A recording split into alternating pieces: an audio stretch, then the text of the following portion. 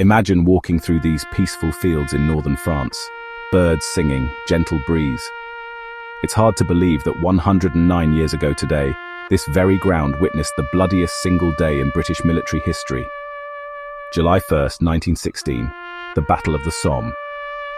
In just 24 hours, 57,000 British soldiers became casualties. That's more than D-Day and 9/11s combined. But here's the question that keeps historians awake at night. What if this wasn't a catastrophic failure?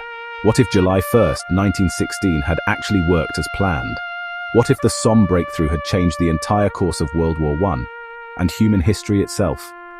Welcome back to What the Happened, where we explore the secrets history doesn't want you to know.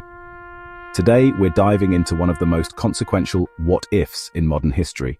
By 1916, the Western Front had become a 400-mile scar across Europe.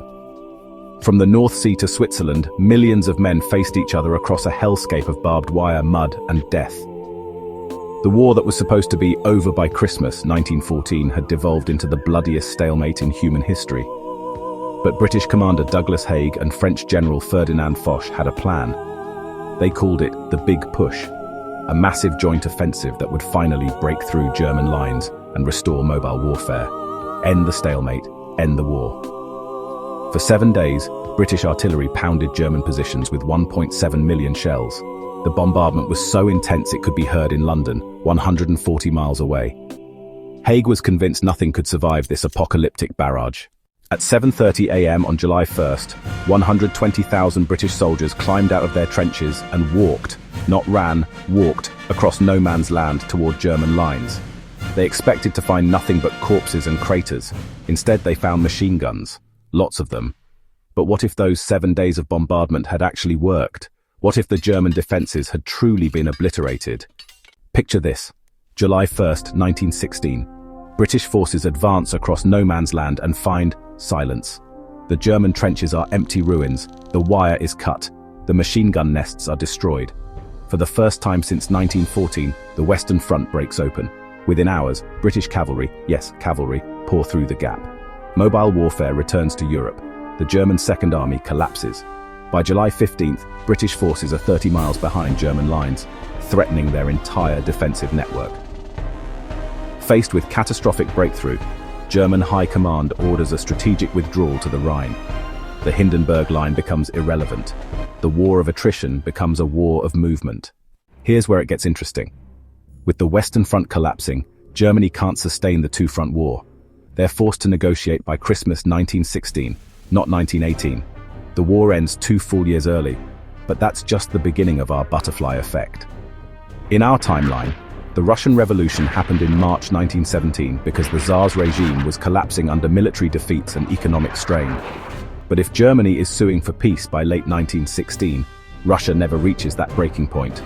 Instead of revolution, Russia celebrates victory. The Tsar survives. The Romanov dynasty continues. Lenin remains an obscure exile in Switzerland, writing angry pamphlets nobody reads. No Russian Revolution means no Soviet Union, no Stalin, no Cold War. The entire 20th century takes a completely different path. With Germany defeated but not destroyed in 1916, there's no Treaty of Versailles, no war guilt clause, no crushing reparations that devastate the German economy. Germany remains a constitutional monarchy, not a failed republic.